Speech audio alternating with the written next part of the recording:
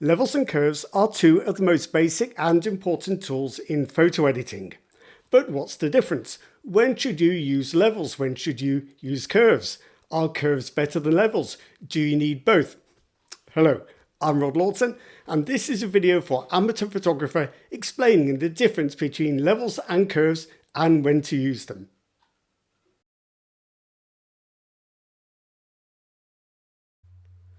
So, do you really need both levels and curves? And if you have both, which should you use? So I've opened this image in Capture One because it offers both levels and curves adjustments, so we can see how they work and the difference between them.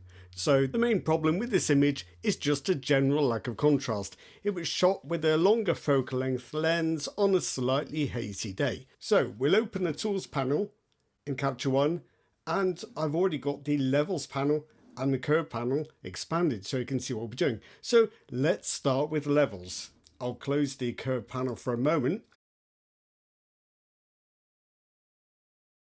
Now the levels panel shows you a histogram of the image, and you can see that most of the tones in the image are clustered in the center. There's a long tail off in the shadow area, which is why the shadows look a bit kind of flat, and there's an even longer tail off in the highlights. What this means is that the areas of the image we're really interested in, where most of the tones and colors are, they're all kind of clustered in the center and we're not really getting the best out of them. So let's see what we can do with levels. So we'll start with the shadow end of the levels adjustments. This is the levels black point. So if you move this, you are changing the black point in the image. And if we move it just to the point where the histogram starts to rise, you'll see that we basically just discarded a lot of the flatter, darker detail. The image has got darker as a result, but if we then head over to the right side and move the white point, then we'll see that this starts to come back.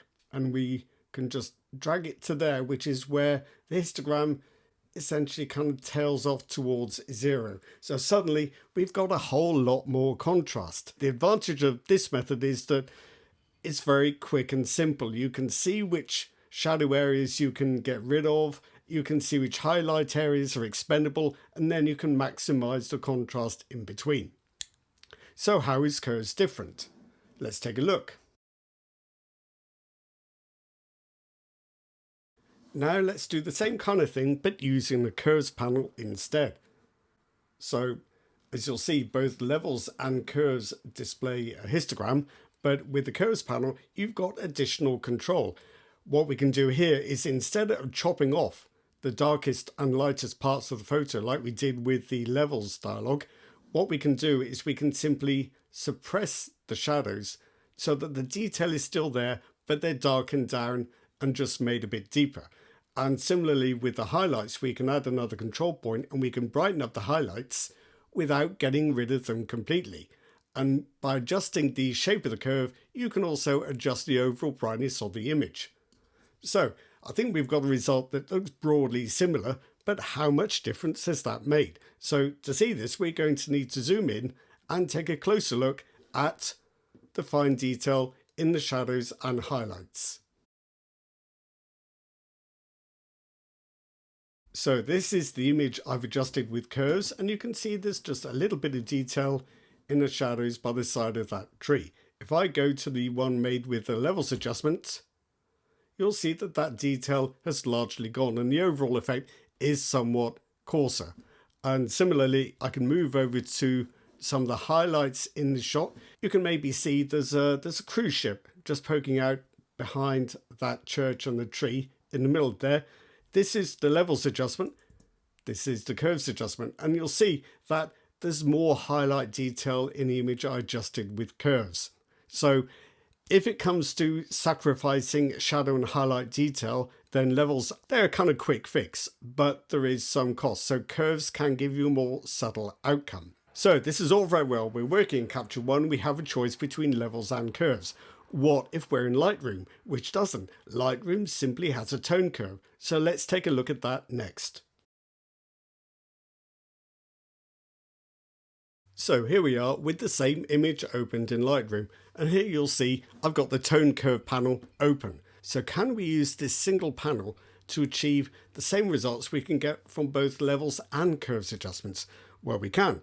And this is how it's done. So at the bottom left corner of the panel, you'll see this control point for the black point or the shadows in the image.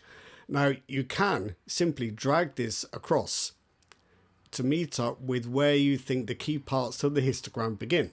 Similarly, you can do the same with the white point, control point, and move this back to where you think the highlights effectively end. So what we've done there is we've really carried out a levels adjustment. I'll just reset these. You can of course use this tone curve panel just as we used the curves panel in Capture One a little while ago. So again, we'll drag down to darken the shadows and add another control point up here to lighten up the highlights.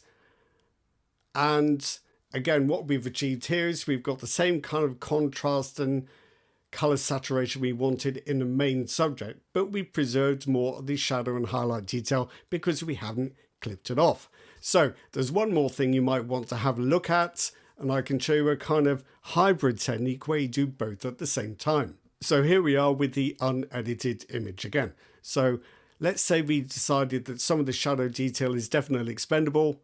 We'll do that, get rid of a bit. Even a small adjustment like this does make quite a difference. And let's assume the same thing about some of the more extreme highlight detail. We don't need that. We'll move that. And even with these small adjustments, we have made some difference. But now we've done that, this section between these two control points can be adjusted just like a regular curve. So we've got rid of any surplus shadow detail and highlight detail. And now we can just set about maximizing the rest with a couple of tone curve adjustments to improve the contrast. So really, the difference between levels and curves, it's significant, but it's really a question of personal preference, how you like to work, how much you want to preserve shadow and highlight detail, and how complicated you want to get, really. So it really depends on how you like to work and the characteristics of a particular scene. So with this image, a levels adjustment is effective, but a little bit crude, whereas a curves adjustment gives you a little bit more control so that you get the same kind of increase in contrast, but you're not sacrificing as much shadow and highlight detail. So that's essentially the difference between levels and curves. It really comes down to how you like to work and what makes most sense to you. So that's it for this video. Thanks for watching. See you next time.